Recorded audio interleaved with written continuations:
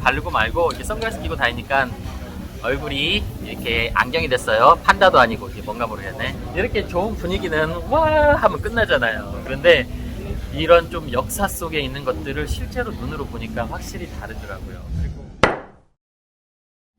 안녕하세요 구독자 시청자 여러분, 살만한 미국 아빠 제이트입니다. 내일이 이제 떠나는 날이에요. 그래서 오늘 마지막으로 좀 드리고 싶은 말씀이 있어가지고 좀 길게 영상을 하나 제작할 생각입니다. 얼굴이 제가 이게 탔어요. 리마 같이 됐어요. 보세요. 이게 우리 와이프가 많이 놀리더라고요. 제 친구는 야 빨리 유튜브 한번 올려라. 네 얼굴 정말 괴물 같다, 이상하다.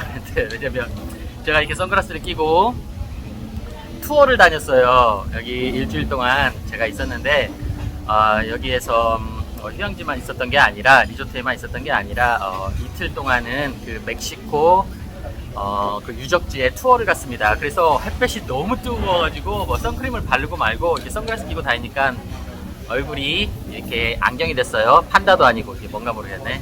애들이 많이 노릴 것 같아요. 그래가지고 여러분 안 이상하죠? 좀 이해를 해주시기를 바랍니다.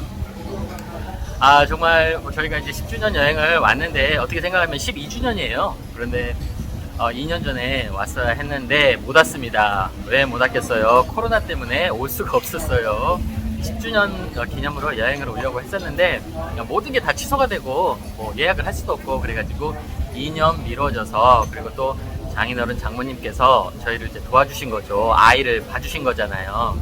미시건에서 아리조나에 오셔가지고 아이를 봐주셨어요. 그래서 저희가 이제 다행스럽게 저희 와이프하고 제가 이제 시국인데도 왔습니다. 그러면 이제 멕시코 같은 경우에는 와보니까 뭐 코로나 테스트도 하지 않고 입국도 좀 자연스러워요. 한국인 비자로도, 그러니까 제 한국인 여권으로도. 저는 시민권자가 아니에요. 그렇기 때문에 미국 여권이 없습니다. 미국 사람들은 자유롭게 들어올 수 있는데 한국 분들도 자유롭게 들어올 수 있나 좀 걱정을 하긴 했는데 그냥 자유롭게 들어왔어요. 그래서 뭐 걱정 없이 왔습니다.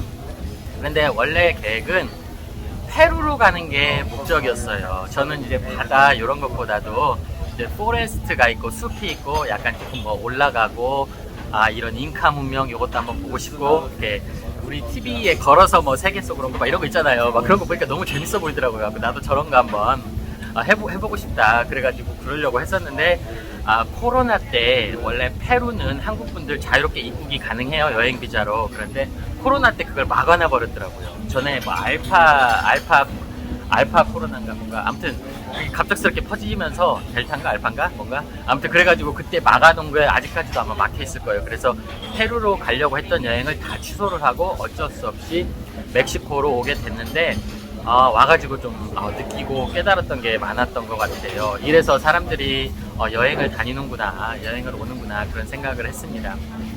실제로 제 와이프와 제가 단둘이서 이렇게 여행을 떠나온 것은 어떻게 생각해 보면 거의 10년 만이에요. 왜 그러냐면 전에 뭐 결혼식이 한번 있었어가지고 플로리다에 2박 3일로 한번 제 와이프하고 저만 둘이 갔었던 적이 있었는데, 이제 결혼하고 신혼여행 이후로는 둘이서 이렇게 멀리서 온 것은 처음이었습니다. 항상 아이들을 데리고 다녔어요. 그러면 아이들이 엄마한테 보채고 배고파 뭐 해줘 하면 실제로 제 와이프는 맘 놓고 이렇게 쉴 수가 없었어요. 그래서 저는 이제 혼자서 한국도 왔다 갔다 했었고, 좀 저희 아버님도 좀 아프셨었고, 저희 어머님 때문에 왔다 갔다 했어서 저 혼자 이제 자유롭게 좀 어떻게 보면 여행 아닌 여행을 하긴 한 거잖아요. 그런데 제 와이프는 정말 10년 만이에요. 우리 첫째 아이가 10살이니까 태어나고 나서. 그래서 제 와이프가 너무나도 뜻깊게 생각을 하고 무슨 일이 있어도 올해는 꼭 가야 한다 해서 시국이 좀 안 좋은데도 정말 미루고 오다가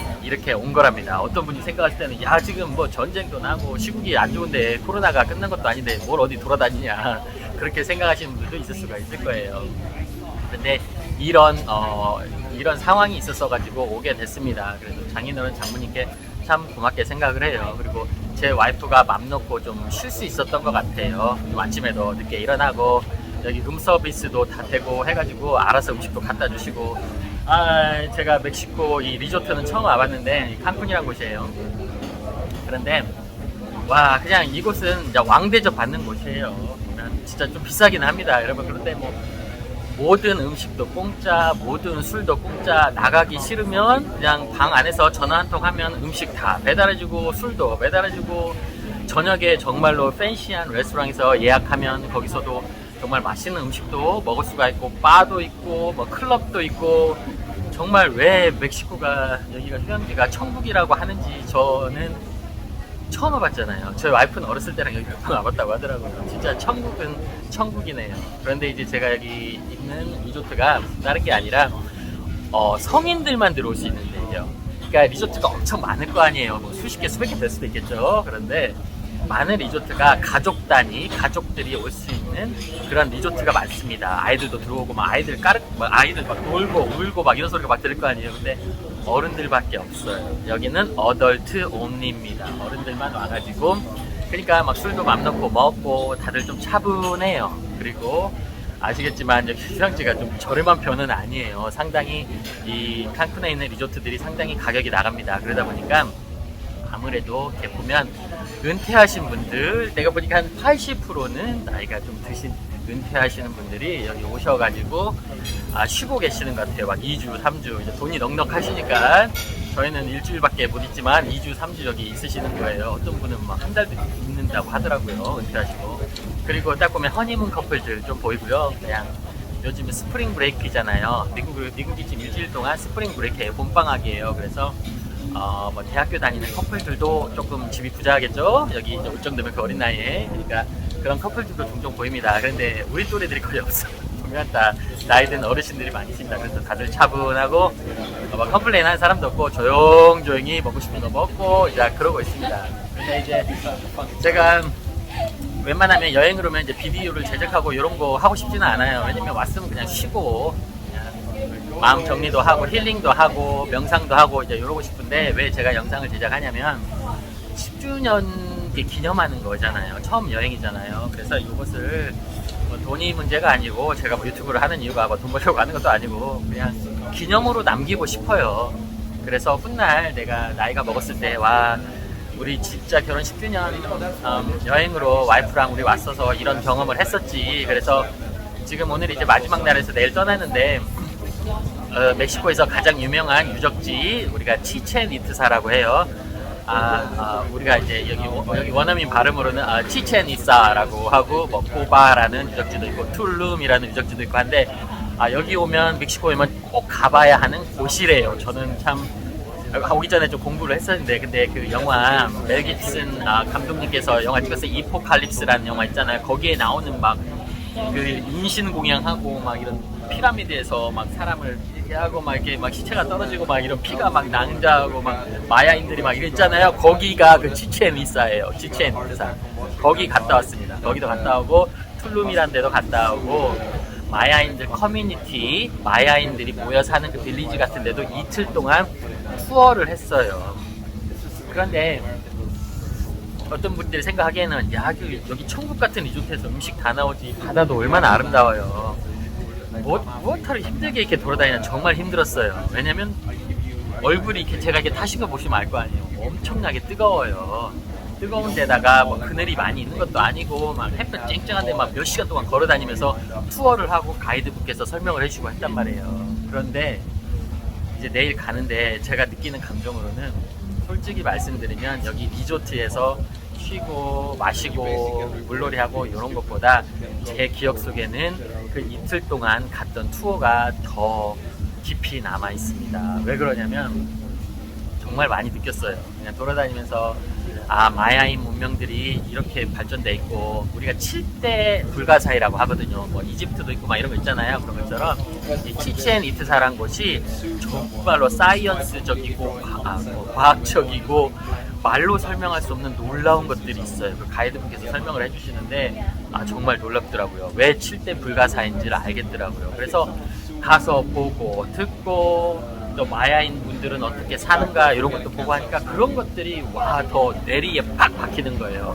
이렇게 좋은 분위기는 와 하면 끝나잖아요. 그런데 이런 좀 역사 속에 있는 것들을 실제로 눈으로 보니까 확실히 다르더라고요. 그리고 이제 두 번째 투어에서는 뭐 툴룸이라는 곳, 코바라는 곳, 뭐 마야 커뮤니티 막 동굴 같은 데 들어가서 물놀이도 하고 했단 말이에요.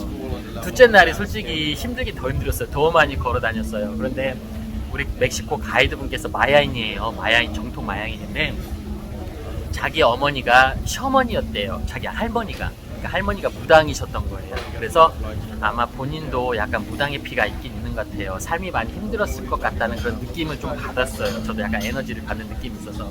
그 분이 미국에서 그 장학금 지원 정책으로 이제 멕시코에서 미국에서 고등학교, 대학교까지 나오셨더라고요. 뭐냐면 그러니까 지질학도 공부를 하셨고 인류학도 공부를 하셨고 그러니까 과학자세요.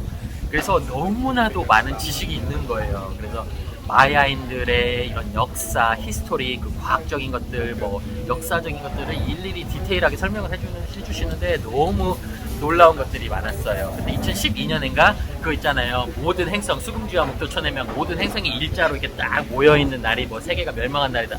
맞나? 이런 것도 막 있잖아요. 그런 것까지 막 설명을 해주시고 그 마야인들에 대한 이런 신성하게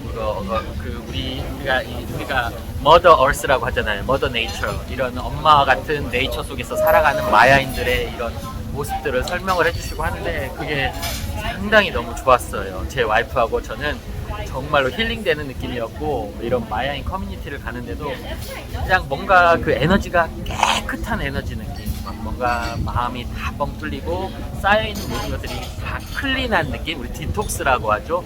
그런 느낌을 받고 왔어요. 정말로 힘든 투어였는데 얼마나 많이 걸었는지 땀도 흘리고 땀이 범벅이 되고 물을 한 5통씩 먹고 안 그러면 10병 걸려요. 왜냐면 너무 뜨거우니까. 그런데도 너무나도 기억에 많이 남았습니다. 리조트에서 이렇게 바다 보면서 술 먹고 편하게 있는 것보다 저한테는 더 기억에 남았어요. 그리고 이 멕시코 분들의 이 정치하시는 분들이 조금 정치를 잘못해가지고 나라가 조금 이제 엉망으로 가긴 한 것도 있지만 이 멕시코 분들의 자존심, 자존감이 정말 높구나 그런 걸 많이 배웠어요. 왜 그러냐면 제가 이제 과거에 제 영상 보신 분들은 제가 아프리카 여행도 갔다 오고 아프리카도 갔다 오고 그런 게 있었습니다. 근데 10년 전이지만 이제 그런데 가보면 이제 관광객들이 사라고 호객행위를 해요. 그래서 안 사고 그러면 쌍욕을 하고 욕을 하고 그런 사람들도 많이 있었어요.